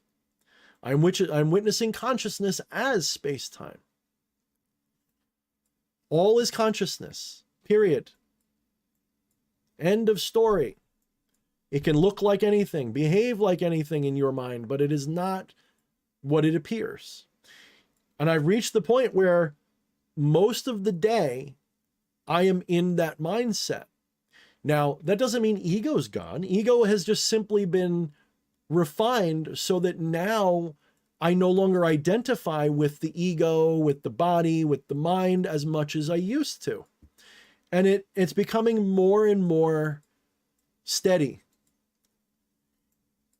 I don't know if I'll ever achieve permanent never forgetting. I don't care. And I think that's the point. Enlightenment is a state of you understand enough that the petty things no longer really sway you the way they used to. You're still playing a game though, and you're still going to play it to win if that is your nature. But that doesn't mean that you're attached to winning. It just means that's a way to play the game. So what's next is to just keep going, just to keep enjoying this reality and not treat it as a journey, to treat it as an exploration of something that I've forgotten. I'm reminding myself. It's like going home after not being there for 50 years and rediscovering it. So it's not even a journey, it's a rediscovery of things that are true. Now that doesn't mean I don't have plans, it doesn't mean that I don't have, goals, but so I'm contradicting myself, to be clear. But when we're talking about what you're talking about, spiritually speaking, no, it's more for me about creating, shaping the dream in a way that is more fun for me. So it's not a goal-driven thing. It's not that. It's more like, what would make exploring this reality more fun? Being some schlub living in a small little house, pissed off about politics and all this, that's not working for me. The next phase of my life is working towards putting together some kind of collective that is a formal collective for enlightenment and magical discipline. That means call it an ashram, call it an order, call it a society, call it a fraternity. I don't care. Sooner or later, when I'm ready, I'm going to put that together and open it. And if possible, it's going to have physical location involved. It's not just going to be online. My goal, if you will, in a mundane sense, is to formulate something like that. You know, I enjoy feeding off the energy of people when they wake up. It's a lot of fun to see people's eyes widen as they realize that they're not this, they're consciousness. And then their eyes widen even more when they realize consciousness is non-dual, boundless and endless, and it's all the same consciousness within all things. And there are no things, it's just consciousness appearing like things. And as their eyes roll into the back, the vampire in me loves it. That's juicy for me. It's a lot better than the toxic energy I used to take in.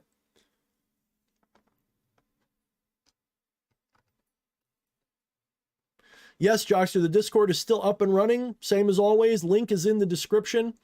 In the Linktree link, there's like too many links, but one of them is for Discord.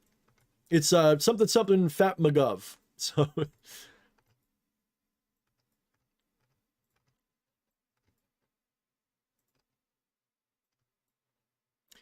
Maiden Liberty says, telekinesis, I'm working on it. That is something that I have experienced, but only limitedly. And it is not something that I have put enough practice in lately.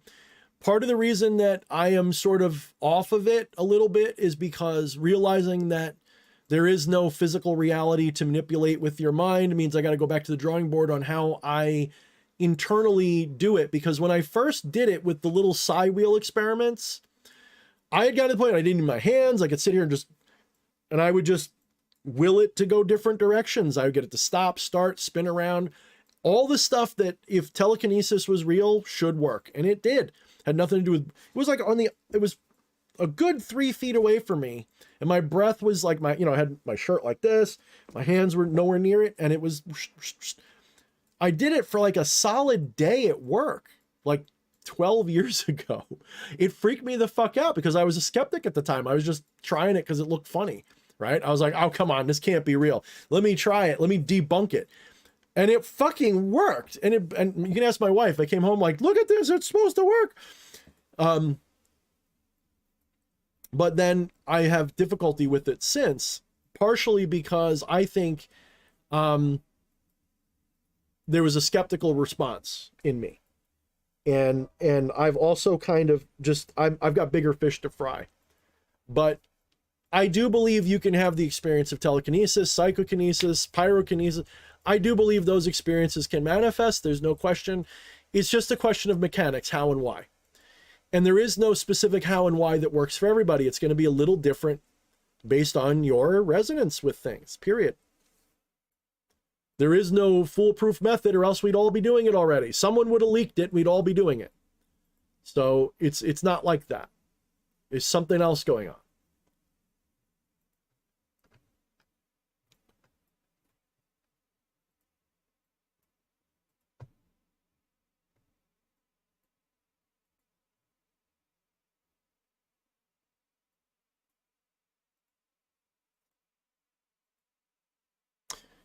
Orbiting Red Moon says, what about when spirits reach out to us and send us signs like animals and dreams?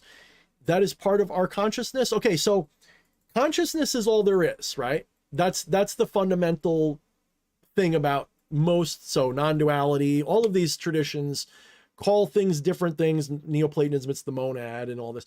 But really, they're all talking about what the non-dualist describes as consciousness. Consciousness is God. It's formless, dimensionless, timeless, eternal, all this stuff.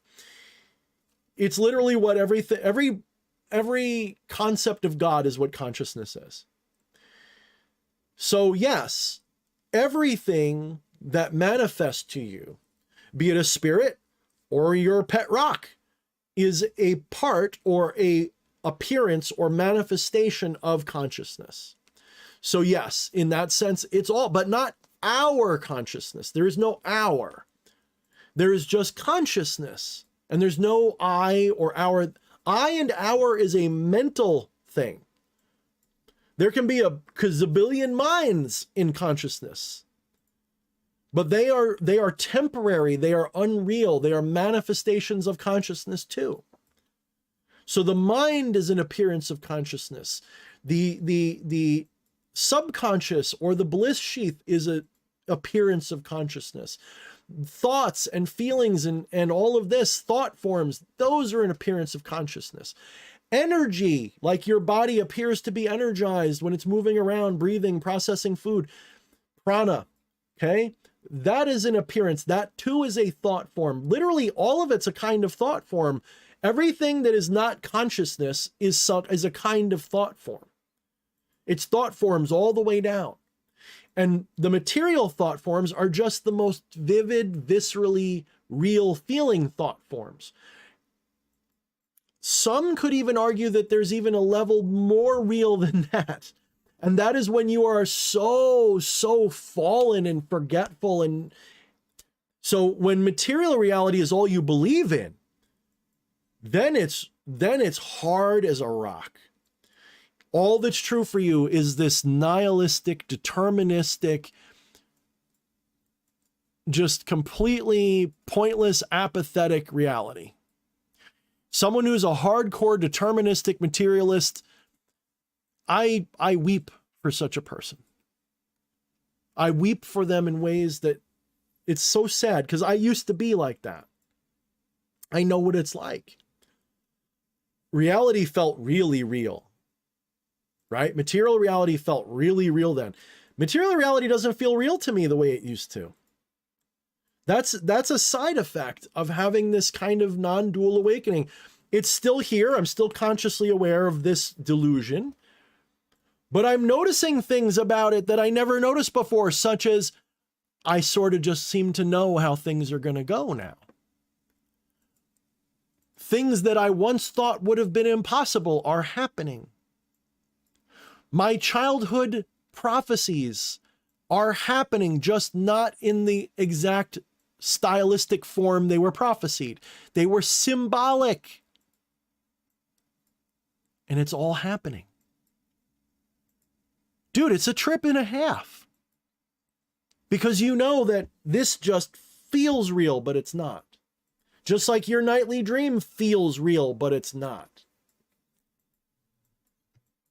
But it is based on something. It is based on something. What it's based on is something in consciousness. Now, consciousness is formless. It has no structure. It has no aspect. It just is. But that doesn't mean, when we say it doesn't have those things, we have to be careful. Ajahn and I had this conversation a little bit last week, where it was, even if you say something negative about consciousness, that too is an assertion and cannot be true. So if you say consciousness is formless, you're saying it's something, which is already wrong. It's already wrong. We call it formless so that someone who's addicted to this materialistic idea that everything must have a form has something paradoxical to wrestle with. But the truth is, as Ajahn and I agreed last time, it's the paradox that's the point. That paradox is the key.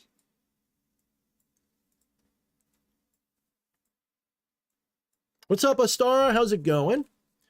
Astara says, yeah, for me, it's dreams I used to have like in my 20s, just little bits and pieces that for some reason I never forgot about until now. And it's like deja vu feeling. Yeah. In a way, it's worse because I feel like there's things that maybe I should be doing that according to those childhood prophecies, I'm not. So that is something too. So when you hear me saying that consciousness is formless and dimensionless and boundless, even that is too much of an assertion about it. So it's not true either. But it's closer in truth to the truth than saying that consciousness is made up of this many dimensions and it has it works by mathematics, and that's all bullshit. That's all mental constructs. They're models of consciousness. They serve a purpose, but they themselves are not real. They're just a model, like a map. Okay, a map is not the territory. So sacred geometry, mathematics, magic spells, whatever the fuck, sigils, gods, demons, ghosts, those are all thought form maps of consciousness. They represent something that is true about consciousness, yes. But it is not specifically or literally true about consciousness. It's that, and here's where it gets to, there's no language at this point. It breaks down. There's no way to say what I'm trying to say. You just kind of have to get there. But if I'm going to use analogy, I would say that within consciousness is information. Let's use a modern idea. Within consciousness is information. There isn't, but let's imagine it that way. Now, information is not numbers. It's not shapes. Information is a very abstract idea. Information is meaningless by itself. Information only acquires meaning in relationship to other bits of information. You follow? So consciousness is formless, timeless, boundless, all of these things. And within it is informationless information that, as consciousness experiences itself, manifests as these things in our mind's eye. But none of this is what it looks like. So all of these things can work. All of these things can work. There's no limitations here. It's all limitlessness. It's all stepping stones to the infinite, to the absolute, to Brahman, to consciousness. They're all stepping stones of understanding. And at some point you transcend all of the symbols and it's just consciousness all the way up and down, period. Consciousness appearing like this, and it can appear like anything, including a multiverse where anything you can imagine and beyond exists and is real. And as you start learning to do techniques to experience those things, you will not doubt. You may wake up and be like, that felt like just a dream, but you realize dreams are not dreams. They're echoes of other potential realities you could experience at any time. Dreams are consciousness playing with the possibilities by viewing them temporarily and coming back here. It's sort of what it's like. Now, I'm making that very geometrical. That's an analogy. Don't take it literally. But as an analogy, it's true.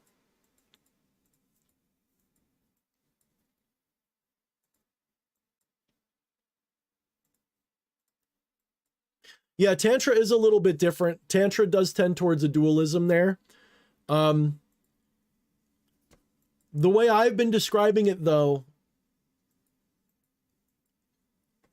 is that it's illusory, but that doesn't mean it's not a valid thing to do. Your desktop is illusory. So energy, so the tantric view of Shiva and Shakti, those are symbols for things that cannot be properly affirmatively known. They're symbols like the icons on your desktop. Shiva would be, the desktop itself, I guess, and Shakti would be a little bit like the icons, I suppose, taking the form of things. But they represent something that you can't see. Both these icons represent something you can't see.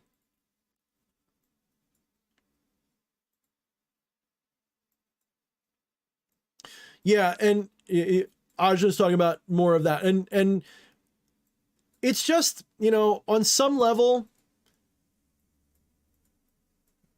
my main beef with spirituality is that people take all the symbols literally.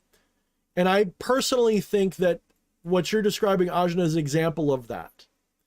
Things that should be seen as metaphor or symbolic are treated as literal. Now, again, just because they're symbolic doesn't mean they don't appear to work, just like your desktop appears to work the way it looks. Your desktop isn't real, though. Your computer inside doesn't look or act like your desktop computer. That's an interface. So most religions and dogmatic fundamentalist traditions take the symbolism and treat it as if it is literal and real, when it's meant to be an interface for something you cannot see.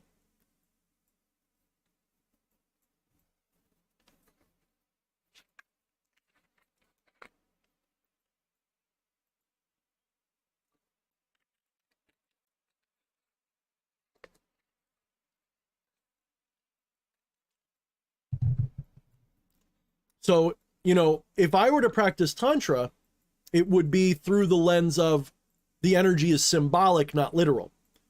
It would probably feel real. I've done some of it, not real hard. I'm not, trust me, I live in America. We don't have much Tantra out here that's legit. You have to go like on YouTube to find it, and that's not really worth it. And there's, Ajna, correct me if I'm wrong, but how many different traditions, because I don't know, how many different traditions, how many different tantric traditions are there? Literally every guru that teaches it has their own form of it.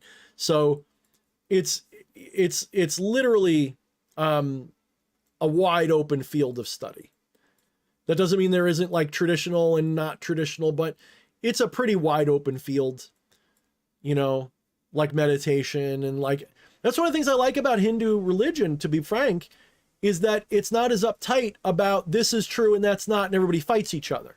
They argue, they debate. I'm not saying there's no conflict, but as a culture, it's more like everybody's chill with just, you get your, maybe I'm being a little idealistic here, but it's mostly, to my eyes, as a Westerner, where everyone's uptight about their fucking religion, India's far less uptight about it.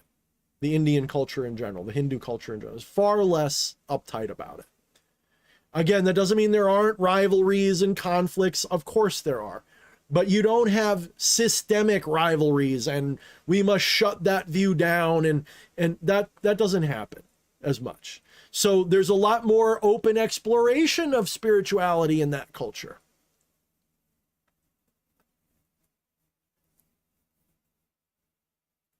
Five main traditions: Shaiva, Shaktas, Ganapatya, Vaishnava, and Suru. Yeah, I know. I only know a couple of those. So good call. Good. Thank you, Ajna. And they also have yep, of course. And they all have their individual practitioners that each have their own perspective. And the more I learn about the Hindu culture, I'm not saying that the caste system and all that's great, but the more I learn about that, the more I believe that I had a recent incarnation in that culture. I must have.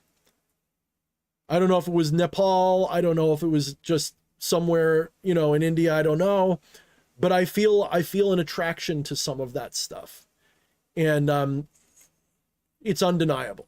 So, as well as other parts like Japan and China, I have a very strong affinity for, and I'm learning to appreciate other parts of Asia. But who knows, right? Who knows? This soul may have been reincarnated 1 billion times in this dimension. Who the fuck knows?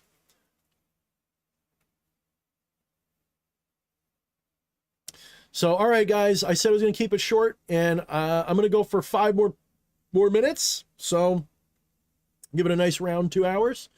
But I want to begin the festivities of saying goodbye with thank you so much, everybody. Thank you to the super chat. Thank you to the questions. Thank you to everybody. I appreciate everybody's comments. Everybody's making good points, even the ones I don't agree with. You guys are all doing it right. You're all being respectful. You're all being beautiful. You know, so no sweat, guys. Keep it going. Keep your studies going. Keep looking up, you know. Jasonius Arcadium says, how's that for synchronicity? 5 methods of Tantra and 5 methods of Tai Chi. I think the reason there's 5 methods is because of the do with the elements, right? Because you have the 5 sheaths, the 5 koshas, the 5. These are all elemental in some degree, I think. I'd have to double check. Maybe I'm wrong, but I have a feeling there could be a reason for the constant 5 we see in a lot of these things. Oh, they did, Ajna, but it also goes to Greece too, Ajna. So Egypt, Greece, India, China, they're all trading and interacting for thousands of years through their Silk Road and all of these different things. The modern idea that a lot of academics have, that all these cultures were isolated and they had limited, that's bullshit. The word chakra itself is a Greek loan word, you know, kakra, which means wheel. Right? Fucking Plato had an idea of chakras too. Did he get it from the Indians or did he give it to the Indians? I don't fucking know, because the history's a little fuzzy when you get that far back. We don't know who came up with what first or who shared what, because a lot of it was verbal. A lot of stuff was shared word of mouth. A lot of it was directly transmitted. So personally, I am of the mind that everything gets traced back to ancient Mesopotamia, ancient Egypt, and eventually ancient, starts with an A, Atlantis, or whatever, or Lemuria, or whatever. The ancient civilization before recorded history. It all goes back to then. And somehow the essence managed to stay alive, even though it was destroyed by literalness and religion. The essence is still in the symbolism, and people have teased it out. This is why you have, right around the same time, you have the Neoplatonists and Shankara. They're not the same era, but they're very close in time, with a very monist, non-dual interpretation of things that is largely in agreement. There's a reason for this, because there's a lot of cultural diffusion going on. There's a lot of sharing. I do believe, and Buddhism goes back further than Advaita. It goes back further than a lot of things. And they had a similar understanding. Some of these things are older than the cultures that we talk about, in fact. So this idea that it comes from India, no, our current understanding comes from India, but really it comes from a fucking caveman 100,000 years ago who tripped balls on a shroom, saw God, realized consciousness was it, and led their tribe to greatness because of it. Animals probably know. They just don't intellectualize it. They're just conscious. They're just consciousness with minimal mind in the way. They have a kind of realization you don't, probably.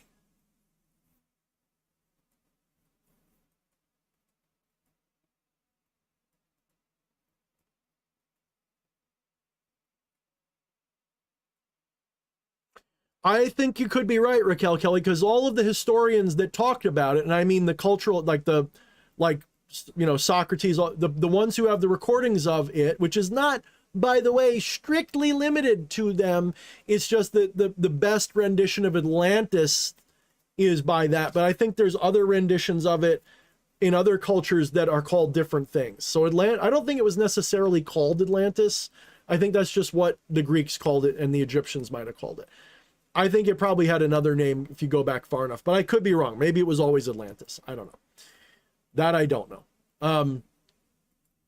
But I do believe that Atlantis probably did become corrupt on some level. I don't know enough. See, that's the thing. That's not the focus of my study. That's more of a hobby, is studying that stuff. And you got all these ancient aliens types talking about it. And who's right? I don't fucking know. We probably never will. I'd have to channel it and come up with my own beliefs. I will say, as a kid, I channeled some things about that subject, which as I've gotten older turned out to be mostly true. The things I channeled as a kid with no knowledge of anything, just the word, doing what was Atlantis like? Where was it? What happened? A lot of stuff is turning up true. That doesn't mean it's all right. It just means a lot of it's turning up like in agreement with what ancient aliens people say. So I don't, which emerald tablets, just Sony, we're talking about the ones that were created similar to the Mormon tablets. I haven't read them fully. I've looked through them a little bit. I don't buy, if that's the one by, what's his name? What was his fucking name? Look, if you look up the origin story of the emerald tablets of Thoth, not the Hermetica, okay, I'm not talking about the emerald tablet or the Hermetica, the actual real deal. The one that came out in like the 20s where the guy said he went to Egypt and got him from a god under the thing, and he traveled around, almost lost him and this and that. It's almost the same story as Mormonism. It's like the guy was like, I'm going to do Mormonism, but with emerald tablets. So he probably, if anything, he either created or channeled. That's my opinion. He either created or channeled them, most likely. And I am highly suspicious. Highly, highly, highly suspicious. So I will eventually look into them more. Just because they are not original doesn't mean they don't have value. Like the Kabbalion, it's not true Hermeticism. It's not true Hermetics, but it is of the Hermetic idea a little bit. So there's definitely correspondences, definitely similarities between the Kabbalion and real Hermeticism. But that I wouldn't say Kabbalion is really Hermetica. So it's sort of like a genre. It's Hermetic as a genre, but it's not really a continuation of Hermeticism. It's something that's like emulating it a little bit. So yeah, I still think that could be true, Orthodox Southpaw. That's what I channeled. He says, wasn't it your idea that at some point King Paimon is especially connected to Atlantis? Yes, because if you look, there was supposedly a king of Atlantis called Aomon, which sounds a lot like Paimon, adjusting for time and culture. And there's more to it than that. There's a lot of reasons why it could be. That doesn't mean it is, though. It could just be that that's a, maybe I connected to something connected, and it's, you know, it's all a mess, guys. This is one reason why I also kind of turned away a little bit from some of the demonolatry stuff, was because especially Western demonolatry, it's such a broken lineage, and so much of it's symbolic and made up, and so much of it's propaganda to crush pagans. It's so difficult. That's why I don't really go with it like I used to, because it's, you know, I've always felt the Goetic demons were more egregoric than the others. You know, interestingly enough, the Lovecraft deities feel more real to me than many of the Goetic ones do. Isn't that wild? Probably because they're more active in the collective conscious. That's probably why.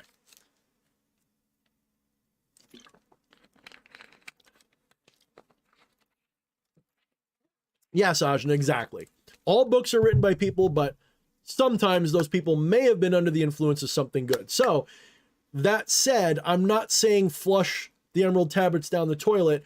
What bothers me is I believe they were disingenuously created, meaning the guy made up a bullshit story so that he could be a cult leader and do what he did. And he does have a, I mean, I guess he's dead now, but his legacy does have a cult following. It's still there, but it seems flaky to me. I would have to go through the Emerald Tablets. I know, what's his name? I can't think of his name right now. Something Carson. Yeah, Billy Carlson. He did a book on it. I bought it thinking that this was more Hermetic stuff. And then I found out it was this other thing. I'm like, you know, Billy Carlson is an interesting character.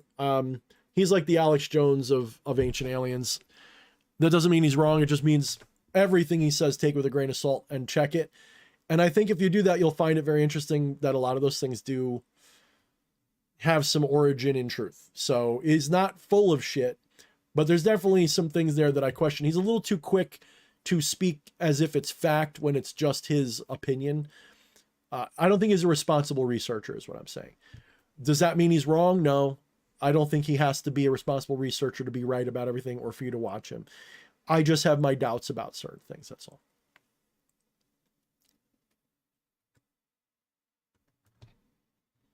Yeah, was it Gremory or was it? Yeah, I know you're talking about Jasonius. There's definitely another one. This is why some people do experience King Paimon as a female on occasion. So that's another thing people get worked up about, like how they appear. Like, that's not the real one because he had blue eyes in your dream and he has red in my.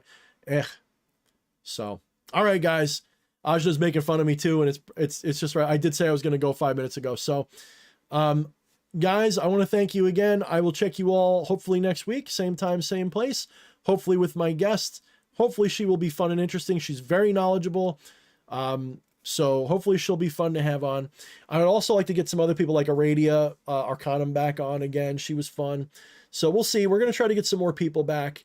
I haven't done a lot of interviews lately just because I've been sort of just hanging on. So, but we'll see where things go.